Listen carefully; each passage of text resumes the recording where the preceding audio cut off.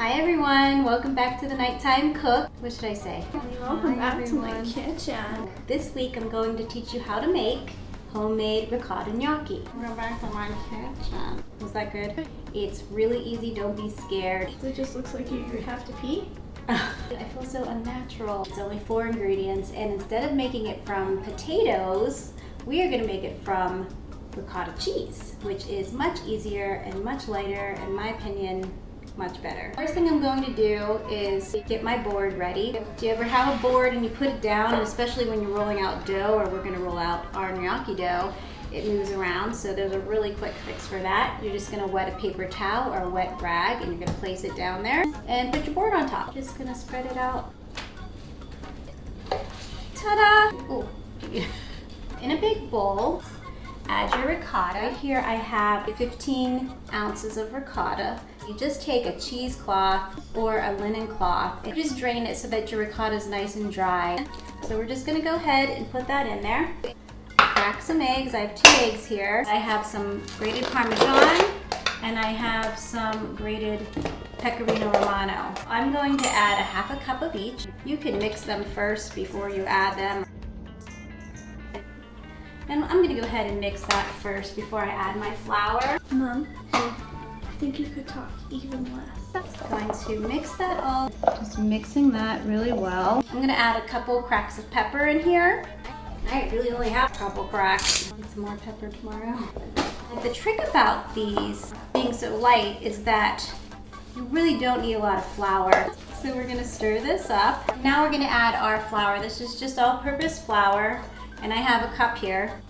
I'm going to measure the cup out, but I'm not going to use it all. I'm going to start with maybe half, and I'm going to stir that in. You don't want to overmix this. It will be sticky, and you have to be pretty gentle with it. Don't manhandle your gnocchi.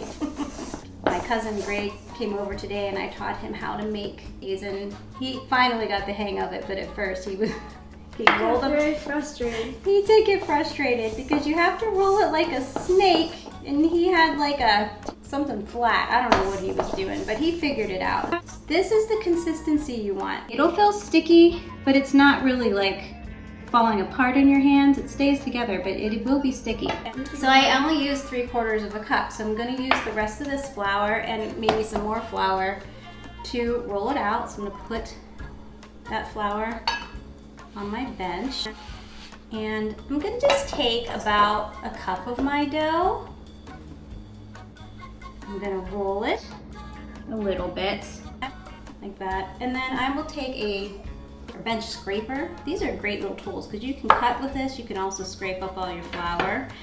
I actually have the links to buy these and also the gnocchi board in the description box below, as well as on my website, The Nighttime Cook. So what you want to do is you want to roll this out, and here's what Greg was doing wrong, okay? This is why he was having trouble. He was smushing it. He was smushing it. The reason why he was smushing it is because he let go and come back, and you just kind of have to gently put your hands on it and don't lift them up. And you kind of start in the middle and you work your way out. And you can decide how big you want these or small. The key is to just kind of be consistent and make them all the same size. So we're going to start here. I'm going to cut about every 1/2 inch. They're so light. I mean, they're just really unbelievable. If you've never had these, you're really in for a treat. So what I'm going to do is I have a baking pan lined with some parchment paper. You could also use wax paper. This is a gnocchi board. It's good to get 2 so that you have a friend to help you, because you are doing these one at a time, but it is therapeutic. I like to do it. I find it really relaxing. And it's fun. Isn't that fun? I am happy! So you're just gonna take your gnocchi, put your board at an angle, very gently going to push down with your thumb.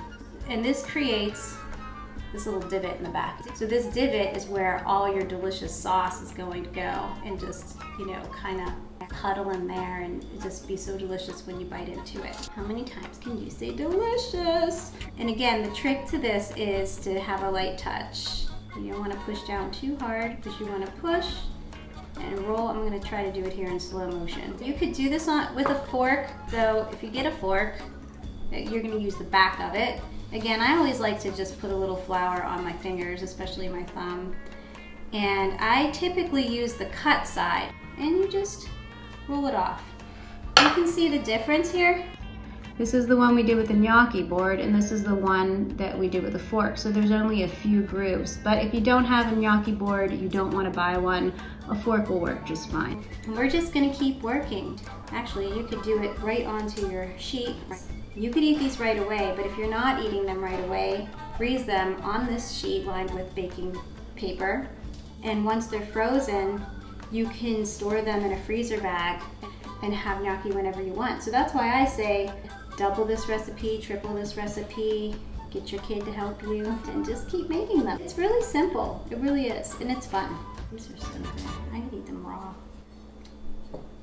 Have you ever tried to roll these out? I don't believe you. I think you just eat them. I think mostly. Okay, so we have a whole sheet pan of gnocchi that we made, ricotta gnocchi. You can take this right to your stove and your boiling pot of water, or you can freeze these and store them for later. That's nice, right? It's very nice, Mom. I like it. Okay, so we have our water boiling for our gnocchi. We make a Gorgonzola cream sauce. It's delicious, and I just love Gorgonzola cheese. It's an Italian blue cheese, but you can use any type of blue cheese. And really, it's just 3 ingredients. We're gonna use some heavy cream, so some Gorgonzola, and some chopped parsley.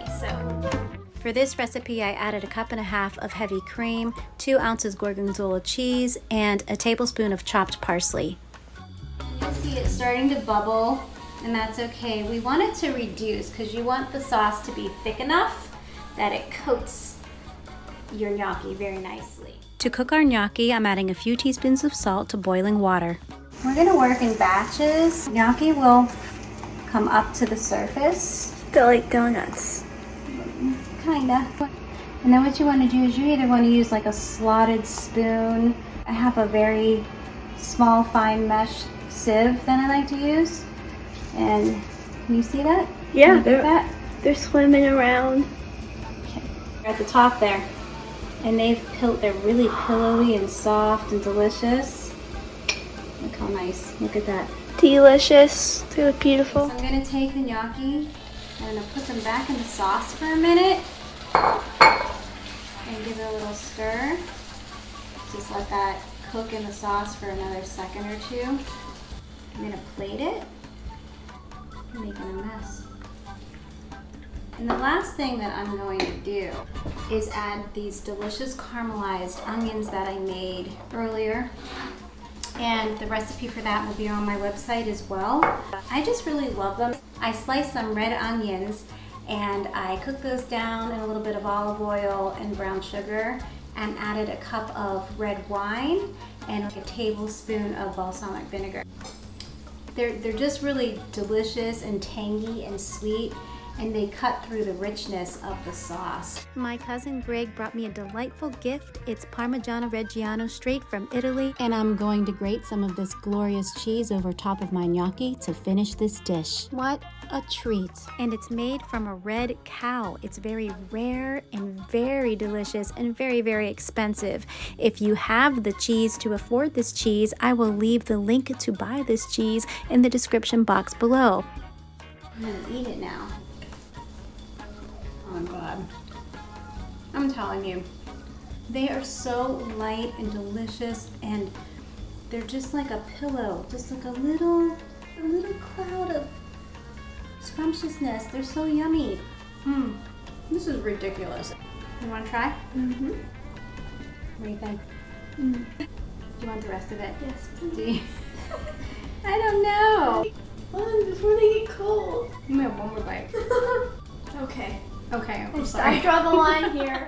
For this recipe and more recipes that you might not want to share, visit my website at www.thenighttimecook.com. And if you enjoyed this video, please like, subscribe, and share. I make new videos weekly. And thanks for stopping by.